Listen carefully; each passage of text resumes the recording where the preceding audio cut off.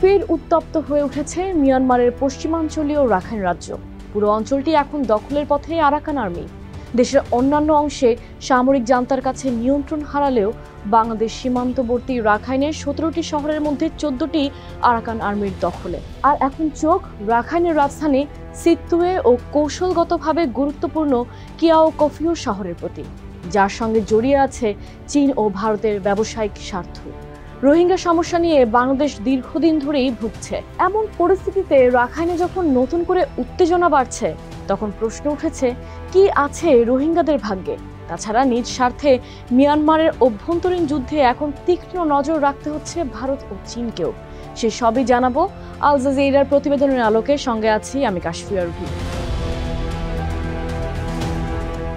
রাখাইনে দীর্ঘ সময় ধরেই চলছে যুদ্ধ। এর ফলে ভয়াবহ মানবিক সংকট তৈরি হয়েছে এই অঞ্চলটিতে।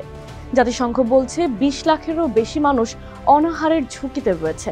আর বিশ্ব খাদ্য কর্মসূচির তথ্য মতে রাখাইনের 57% পরিবার এখন ন্যূনতম খাবারও পাচ্ছে না। এর মধ্যে রাজধানী সিতুয়ে আটকা পড়েছে হাজার হাজার বেসামরিক নাগরিক। অথচ সেখানে এখন কেবল আকাশ ও সমুদ্রপথে যাতায়াত করা যাচ্ছে। দীর্ঘমেয়াদী এই অস্থিরতার প্রভাব পড়েছে বাজারেও। পণ্যের দাম আকাশ ছোঁয়া। যে শূকরের মাংস আগে $2 পাওয়া যেত, সেটা কিনতে এখন খরচ করতে হচ্ছে $13-এরও বেশি। এমন পরিস্থিতিতে অঞ্চলটিতে বেড়েছে দারিদ্র্য। ফলে আত্মহত্যা, ভিক্ষাবৃত্তি, পতিতাবৃত্তি, এমনকি দিনের বেলায় ডাকাতির ঘটনাও বাড়ছে। 2021 সালে সামরিক অভ্যুত্থানের পর থেকেই মিয়ানমার সেনারা অঞ্চলটিতে নিয়মিত বিমান হামলা চালিয়ে আসছে। এর শিকার হচ্ছে রোহিঙ্গারা। 2023 সালের শেষ থেকে 2025 সালের মাঝামাঝি পর্যন্ত 402 জন সাধারণ মানুষ নিহত হয়েছেন। এর মধ্যে 96 জন শিশু রয়েছে। এছাড়া ল্যান্ডমাইন বা গোপন হত্যা অভিযানে আরও মারা গেছে অন্তত 26 জন। এমন পরিস্থিতিতে অঞ্চলটির নিয়ন্ত্রণ নিতে নতুন করে জান্তার সঙ্গে সংঘাতে জড়াচ্ছে আরাকান আর্মি। মনোযোগ দিয়েছে নিজেদের শক্তি বৃদ্ধিতে। আর এই পরিকল্পনা বাস্তবায়ন করতে অঞ্চলটিতে থাকা 18 থেকে 45 বছর বয়সী পুরুষ ও 18 থেকে 25 বছর বয়সী নারীদের সদস্য হিসেবে যোগ দিতে বাধ্য করছে আরাকান আর্মি। পিছিয়ে নেই সামরিক জান্তাও। গত 16 মাসে প্রায় 70,000 পুরুষকে সেনাবাহিনীতে যুক্ত করেছে তারা।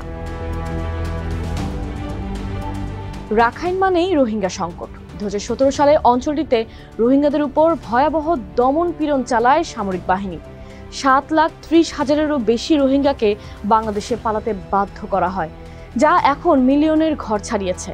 আর এর মধ্যে নতুন করে রাখাইনের উত্তেজনা আরও 1.5 লাখ রোহিঙ্গা শরণার্থীকে বাংলাদেশে আসতে বাধ্য করছে। আরাকান আর্মির বিরুদ্ধে অভিযোগ উঠেছে রোহিঙ্গাদের উপর হামলা চালানোর। অন্যদিকে যে সেনারা রোহিঙ্গাদের উপর ভয়াবহ দমন পীড়ন চালিয়েছিল, তারা এখন রোহিঙ্গাদের আশ্রয় দিতে চাইছে, যার পেছনে লুকিয়ে আছে স্বার্থ। মূলত এসব রোহিঙ্গাদের সামরিক প্রশিক্ষণ দিয়ে আরাকান আর্মির বিরুদ্ধে যুদ্ধ করাতে চাইছে জান্তা, যা আরাকান আর্মির সঙ্গে রোহিঙ্গাদের সম্পর্ককে আরও জটিল করে তুলেছে। চীনের কাছে রাখাইনের কিয়াওকফিও বন্দর অত্যন্ত গুরুত্বপূর্ণ, কারণ পাইপলাইন দিয়ে এখান থেকে ইউনান প্রদেশে তেল গ্যাস যায়। এছাড়া একটি গভীর সমুদ্র বন্দরও রয়েছে তাদের, যা কিনা তাদের বেল্ট অ্যান্ড রোড উদ্যোগের অংশ। আর এই অঞ্চলটিতে টার্গেট করেছে আরাকান আর্মি। বিশ্লেষকদের মতে অঞ্চলটিতে বড় ধরনের আক্রমণ চালানোর জন্য বিদ্রোহী গোষ্ঠীটির সামনে এখন দারুণ সুযোগ। কেননা এখন বর্ষা মৌসুম, আকাশ মেঘাচ্ছন্ন। ফলে এখন আক্রমণ চালালে আকাশ থেকে সেনাদের বিমান হামলা খুব একটা কার্যকর হবে না।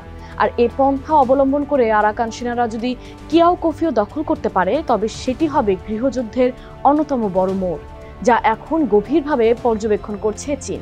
বেইজিংয়ের চাওয়া এ যুদ্ধে যেই জিতুক, চীনের বিনিয়োগ যেন অক্ষত থাকে। অন্যদিকে ভারতও এখন সিতুয়ে বন্দর ও কারাদান ট্রানজিট রুট প্রকল্প করছে। চেষ্টা চালাচ্ছে উত্তর পূর্বাঞ্চলীয় রাজ্যগুলোকে বঙ্গোপসাগরের সঙ্গে যুক্ত করার। আর এখন যদি আরাকান আর্মি এলাকাটির নিয়ন্ত্রণ নেয়, তাহলে অনিশ্চয়তার মুখে পড়তে পারে ভারতীয় পণ্য পরিবহন। তখন বাড়তি কর বা শর্তের মুখে পড়তে হতে পারে তাদের। আর সেটি হলে আরাকান আর্মির আর্থিক শক্তি বাড়বে এবং নয়াদিল্লির সঙ্গে মিয়ানমারের সামরিক বাহিনীর সম্পর্ক দুর্বল হবে। তাই আরাকান আর্মির উপর চোখ রাখতে হচ্ছে দিল্লিকেও। আরাকান আর্মি এখন মিয়ানমারের সবচেয়ে বড় জাতিগত সশস্ত্র বাহিনী, যার সৈন্য সংখ্যা প্রায় 40,000। অন্যদিকে কিয়াওকফিও রক্ষায় মাত্র 3,000 সৈন্য মোতায়েন করেছে জান্তা। ফলে আরাকান আর্মি মরিয়া হয়ে চেষ্টা করলেও অঞ্চলটি দখলে নেওয়া এখন কেবল সময়ের অপেক্ষা। এমন পরিস্থিতিতে আরাকান আর্মি রাখাইনের উপকূলীয় বন্দরগুলো দখল করলে চাপে পড়বে চীন ও ভারত। একই সঙ্গে সেটি সামরিক জান্তার বিরুদ্ধেও শক্ত অবস্থান হবে। আর ডিসেম্বরেই যেহেতু নির্বাচন, তাই তার আগে আরাকান আর্মির সঙ্গে জান্তা লড়াইয়ে জড়াবে কিনা তা নিয়েও প্রশ্ন আছে। তাই অনেক বিশ্লেষকদের মতে শেষমেশ আরাকান আর্মির সঙ্গে সমঝোতায় আসতে পারে জান্তা। তবে সেই সমঝোতা হলেও রোহিঙ্গাদের দুর্দশা আদৌ ঘুচবে কিনা সে প্রশ্ন থাকছে।